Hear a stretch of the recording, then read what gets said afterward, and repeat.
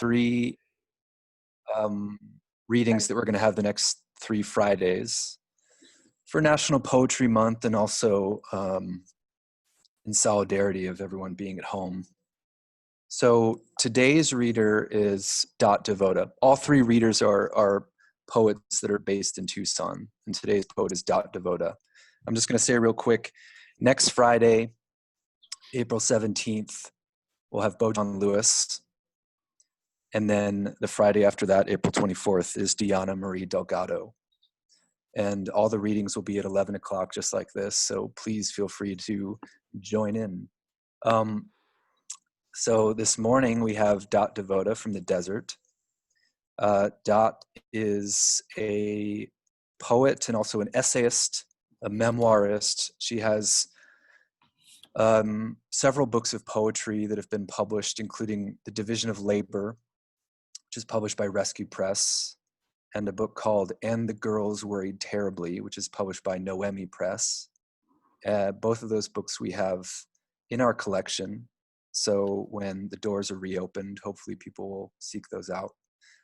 She also is a writing instructor at the Northwest Campus, Pima Community College.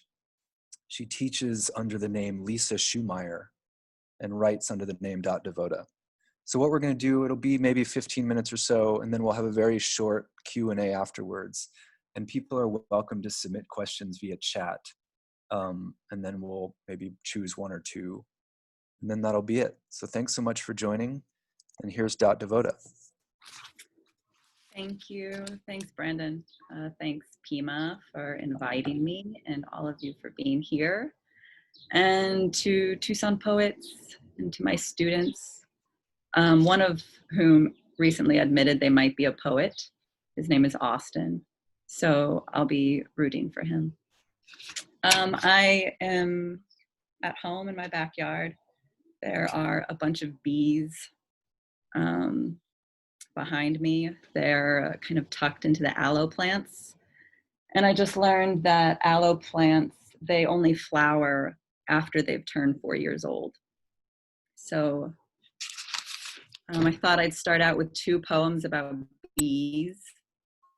So I have 6 poems. I hope that's not too many. I'll start with 2 poems about bees. And then the second act will be 2 poems that feel more cinematic. And then the third and final act are 2 poems that I want to somehow be responsive or in conversation to our global situation right now. So again, 2 poems about bees, 2 poems about cinema, 2 poems about quarantine, right? And we'll see if there's any connections or threads at all.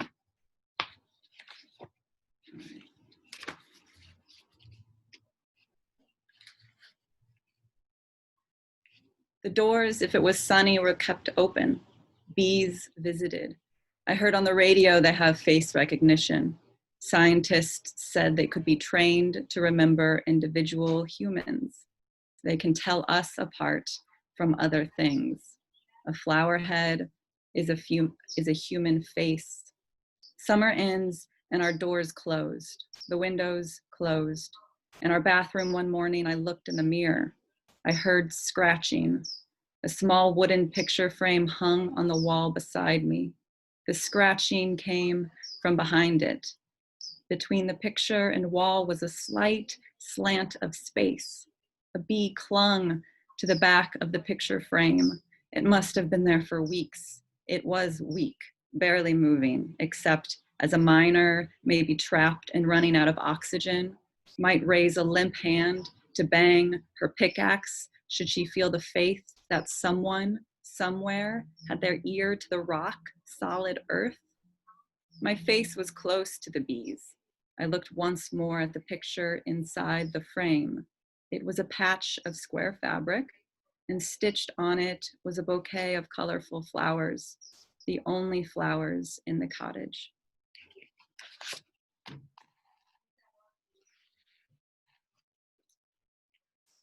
Splendid the time that laid eggs in our nest, bending to worship the self in thin reeds. At the end of the stick, the disease of numb tongues. and yet it was the end of the stick. I have only one lung, give me others. Children holler, the flowers are blooming. Chained pets leaning into the sun. We walk through the linens of one spider holding her reins. And in the wrong poem, the beginning is a frail dessert.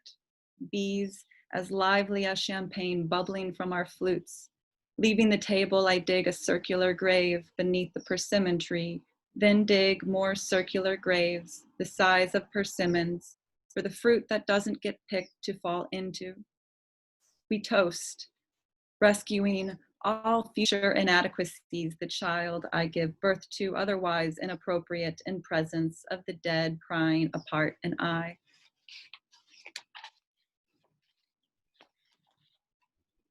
Is everyone okay so far?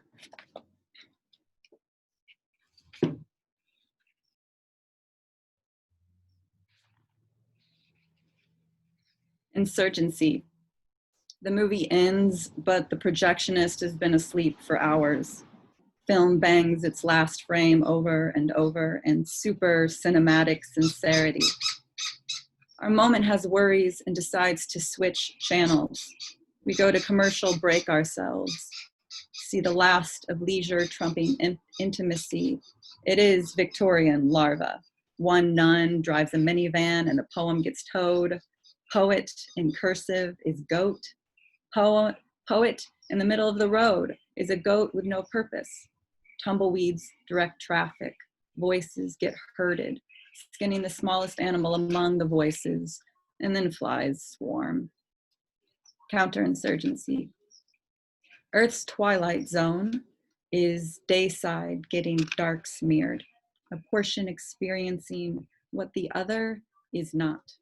And so it goes. Any careful examination will reveal your worst fears, fractured and rubbing against scar tissued best intentions. It's possible to point this out, but the X-ray remains abstract. We'll need a specialist to translate. That's my professional opinion. A second opinion, though, is necessary in order to get a third.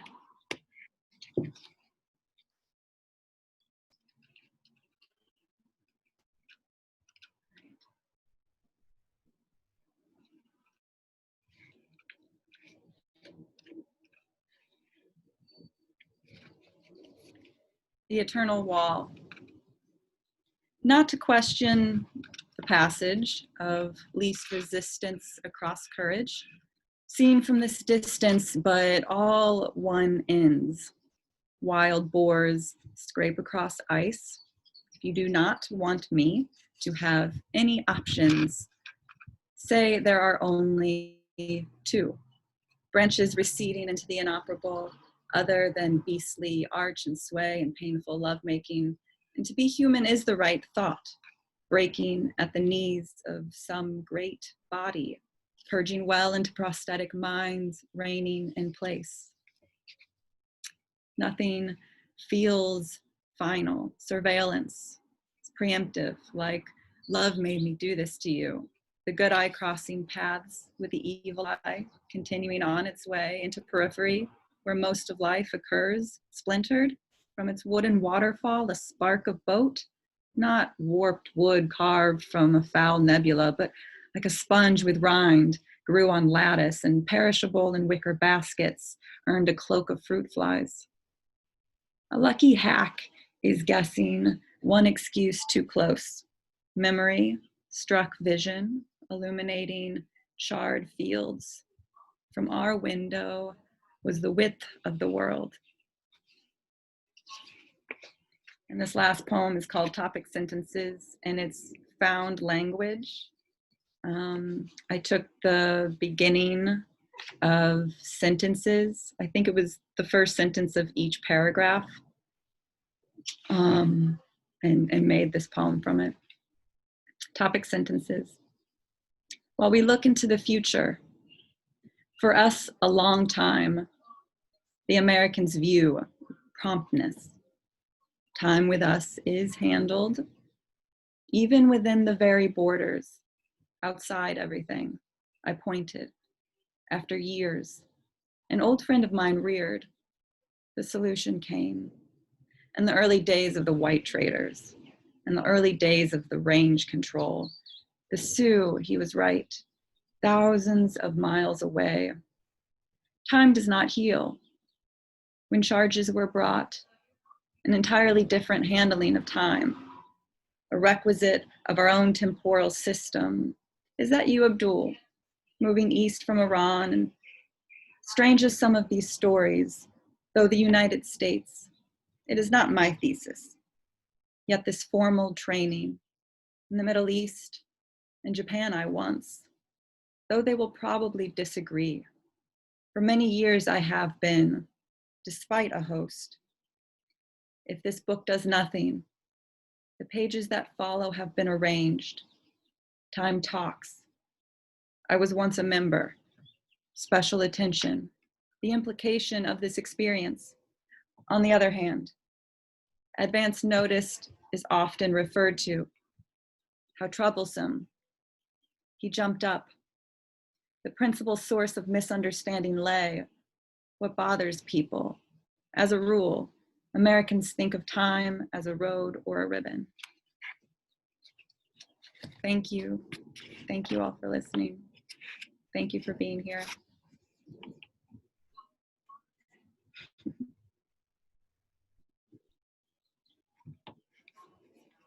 And Brandon, I'll defer to you. And if there are any questions, to also just say hi to people and hear what others are thinking. We do actually have a question. Can you hear me? Yeah. We do actually have a question from someone named Joshua, who I'm going to guess is Joshua Edwards in Marfa, Texas. I could be wrong. His question is, would love to know what poets have inspired you and your work.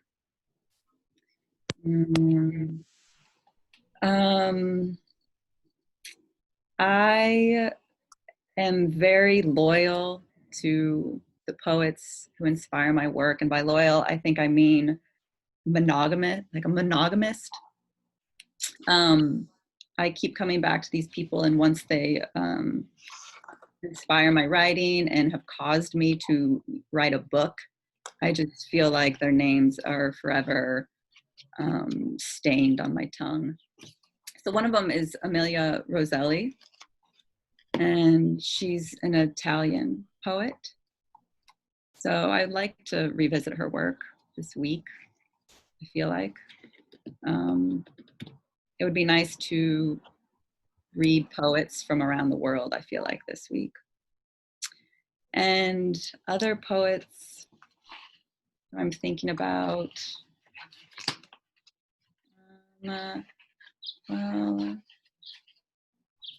Chika Sagawa, if Joshua has heard about Chika Sagawa. If this is the Joshua I'm thinking of, he published a book of her poems. And she was one of the first modernists in Japan and wrote the majority of her poems before she was 24 when she died. And she was sick. She identified as a very sick person throughout her life and suffered from various ailments. And so spent the majority of her writing life from her bed, looking out her window. And I feel very, like I try to continue to keep her company. So those are the two I think of.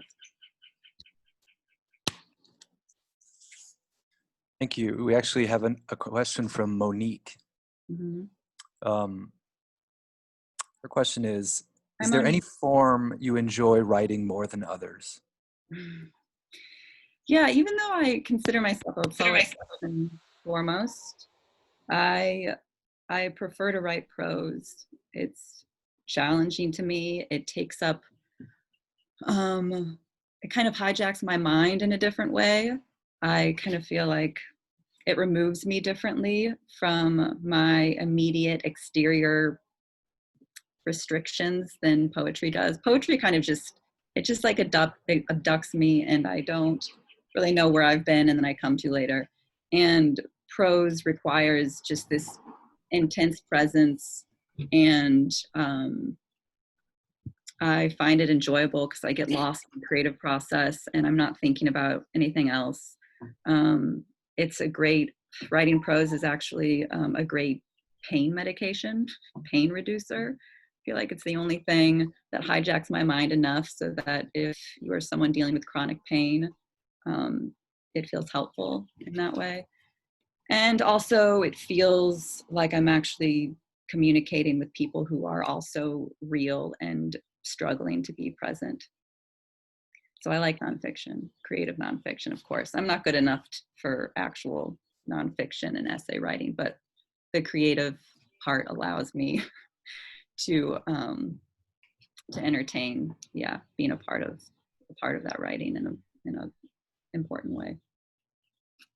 Thanks for the question, Monique. I missed you in the library. So I think we have one more question. Right. Oh, this is a good one. It's from Nada. How can you remain creative in spite of the current climate, i.e. schedule, creative process, etc.? And this is from a student from Columbia University or Columbia. Hi, Nada.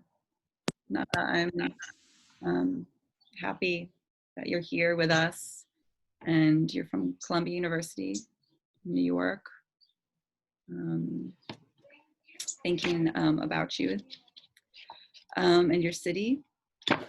I think I have had to redefine what creativity means first. I don't know if it's such a static or stagnated term.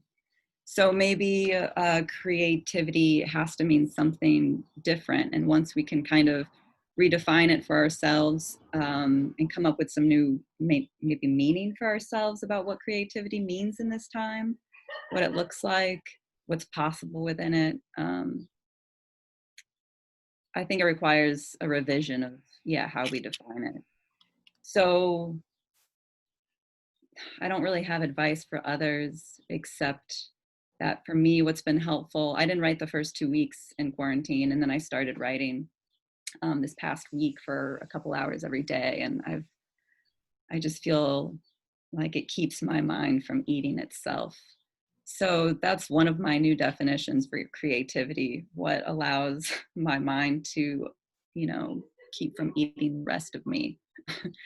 And I don't know what that specifically produces on the page. What it produces on the page for me personally, I can only speak from that, feels similar. But again, in order to get to the page, I had to totally just do this kind of rhetorical analysis about creativity. It means something different. So thank you. I guess I just really like defining words this past 2 weeks. And questioning definitions.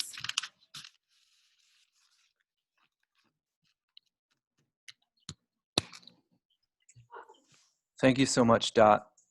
Thank you, Brandon. Thank you, everyone. Thank you, everyone, for tuning in and listening and for your questions. I just want to repeat that next Friday, same time, Bojan Lewis, who is one of the attendees with his new baby,